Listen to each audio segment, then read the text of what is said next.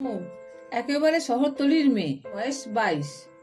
এক মুঠো স্বপ্ন নিয়ে বিয়ে হয়েছিল অরূপের সাথে। পেশায় স্কুল শিক্ষক, স্বভাবে শান্ত, পরিবারের একমাত্র ছেলে। অরূপের বাবা মা গোপাল ও সরলা গ্রামের প্রাচীন ধ্যান ধারণার মানুষ হলেও বিয়ের সময় খুব স্নেহময় আচরণ করেছিল। মৌ ভেবেছিল এটাই আমার নতুন ঘর, এখানে আমিও মেয়ে হয়ে থাকবো। বিয়ের পর প্রথম কয়েক মাস যেন মধু চন্দ্রিমার মতন কেটেছিল। অরূপের হাসি, যত্ন, ছোট ছোট চমক সব মিলিয়ে জীবন যেন সুখের নদী।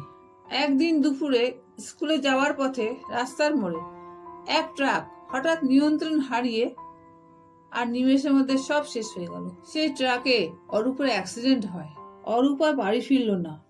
ফোনে খবরটা শুনে মৌ যেন এক মুহূর্তে বোবা হয়ে গেল। শ্মশান থেকে ফেরার পথে মৌ বেশ লক্ষ্য করল শাশুড়ি সরলা মুখে কান্না কম, অভিযোগ বেশি তার ছিল। তুই হলি একটি ভাগ্যহীন মেয়ে, তুই আসার পর থেকে আমাদের সুখ নেই, আমাদের শান্তিও নষ্ট করেছিস। স্বামী মারা যাওয়া সেই দিন থেকে মৌয়ের জন্য ঘরের দরজা খোলা থাকলেও মনের দরজা বন্ধ হয়ে গেল। প্রথমে কেবল নীরবতা ছিল। মৌ কিছু বললেই গোপালবাবু চোখ ফিরিয়ে নিতেন, না শোনার ভান করে বেরিয়ে যেতেন। মৌ কিছু শাশুড়িকে জিজ্ঞাসা করলে এক শব্দে সে উত্তর দিত, যেটা না বললে না। আগের মতন কেউ চায়ের কাপ হাতে ধরিয়ে দিত না। মৌ রান্নাঘরে গেলেই শাশুড়ি সরলা বলতেন, তুই শুধু আলগা আলগা থাকিস, কাজে হাত লাগাস না, আমি একা একা খাটি। তখন মৌ বুঝতে শুরু করলো তার অবস্থান। বেড়াতে আসার অতিথিরও নিচে। মৌ একটা জিনিস লক্ষ্য করেছিল, তার বুঝতেও সময় লাগেনি, যে তার স্বামী মারা যাওয়ার পর থেকেই তাকে সংসারের কাজের বাইরে রাখা শুরু হলো। গোপালবাবু আর সরলা নিজেরা পরিপাটি করে পেট ভরে খাবার খেয়ে নিত, আর মৌয়ের জন্য আলাদা থালায় সামান্য খাবার রাখা থাকতো, যেটা খেয়ে মৌয়ের পেট ভরতো না। পোশাক আশাকে সবসময় কিছু না কিছু মন্তব্য করতো শাশুড়ি। ছোটখাটো অপমান করা দায়িত্ব রুটিন ছিল একটা। গোপাল বাবু একদিন মৌকে বললেন, তুই আমাদের কেউ না, এভাবে তোর খরচ আর কতদিন চালাবো, আর কেনই বা চালাবো, আমরা তোকে নিয়ে আর পারছি না। ওনার কথা শুনে মৌর বুকের ভেতরে জমে থাকা কান্না একদিন রাতে একসাথে বেরিয়ে চোখে জলে বালিশ ভিজে গেল, কিন্তু তাও কেউ এসে দরজা ঠুকলো না, তাকে সান্ত্বনা দিল না।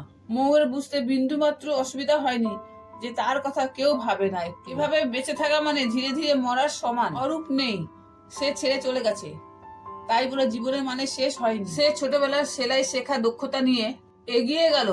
গ্রামে একটা ছোট্ট সেলাইয়ের দোকান খুললো। প্রথমে লোকে বেশ হাসি ঠাট্টা মজা করতো, আর বলতো সেলাই করে পেট চালাবে নাকি। কিন্তু কিছুদিনের মধ্যে অর্ডার আসতে শুরু করলো। মৌয়ের দোকানে বেশ ভিড় জমতে শুরু হলো। 6 মাসের মাথায় মৌয়ের আয় অনেক বেড়ে গেল। সে যা আয় করতো গোপাল বাবুর পেনশনের থেকে অনেক বেশি ছিল। তার দোকানে বাচ্চাদের জামা থেকে শুরু করে বিয়ের শাড়ির কাজ, সব কিছুতেই তার সুনাম ছড়িয়ে পড়লো বেশ দূরে দূরে। দিনের পর দিন মৌয়ের উন্নতি শাশুড়ি সরলার হজম হচ্ছিল না, সে মানতে পারছিল না, আর তাকে ঠ্যাস মেরে বলে, ওর অহংকার এখন খুব বেড়ে গেছে, টাকা কামাচ্ছে দেখে কারোর কথা শোনে না। একদিন রাতে খাওয়ার পর সরলা এসে বলল, অন্য কোথাও যেয়ে থাক, আমাদের ভালো লাগছে না তুই এখানে আছিস, পয়সা তো আয় করছিস, তোর অন্য কোথাও থাকতে অসুবিধা হবে না, যত তাড়াতাড়ি পারিস চলে যায় এখান থেকে। মৌয়া তাদের কাছ থেকে এর থেকে বেশি কি বা আশা করছে। সে চুপচাপ ঘরে গিয়ে অরূপের ফটো ব্যাগে রাখলো, আর কয়েক জোড়া কাপড় নিল। শাশুড়ির দুর্ব্যবহার, অপমানজনক কথা শুনে নিজের দোকানের পেছনে ভাড়া করা ছোট্ট ঘরে উঠলো। মৌ ভাঙেনি, সে আত্মবিশ্বাসী আর ধীরে ধীরে শক্তিশালী হয়ে উঠলো। তার দোকানে এখন আরো 2জন মেয়ে কাজ করে।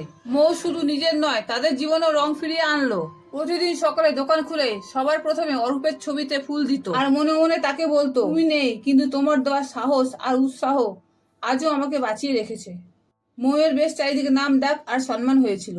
সে বিপদে পড়া মানুষকে সাহায্য করত। একদিন গোপাল বাবু অসুস্থ হয়ে মৌয়ের কাছে এলেন, কারণ গ্রামের মানুষ জানতো মৌ এখন সবার ভরসা। মৌ বিনা দ্বিধায় গোপাল বাবুর জন্য ডাক্তার আর ওষুধের ব্যবস্থা করলো। ওনার হাতে কিছু ক্যাশ টাকাও দিয়ে দিল। সরলা এসব দেখে তার চোখে জল চলে আসলো। সে কাঁদতে কাঁদতে বলল, তুই এত কিছু করলি, অথচ আমরা তোর সাথে কত খারাপ ব্যবহার করেছি, দিনের পর দিন তোকে মানসিক কষ্ট দিয়েছি, এমনকি তোকে ঘর থেকেও বের করে দিয়েছি, তুই কি করে সহ্য করলি? মৌ শুধু হেসে বলল, আপনারা আমার বড়, আমি মন ছোট করিনি। মৌ কখনো নিজেকে একা ভাবতো না, সে ভাবতো অরূপ তার সাথে আছে। অরূপের ঘর এখনো মৌয়ের মন, কিন্তু সে জানে ঘর শুধু ইট সিমেন্টের নয়, সেটি তৈরি হয় স্নেহ, মমতা আর ভালোবাসা দিয়ে। মৌ এখন নিজে তৈরি করা সংসারে, যেখানে নেই কোনো অবহেলা, শুধু আছে সম্মান আর ভালোবাসা। নমস্কার বন্ধুরা, আজকের এই গল্পটি আপনাদের কেমন লেগেছে কমেন্টে অবশ্যই জানাবেন। ধন্যবাদ।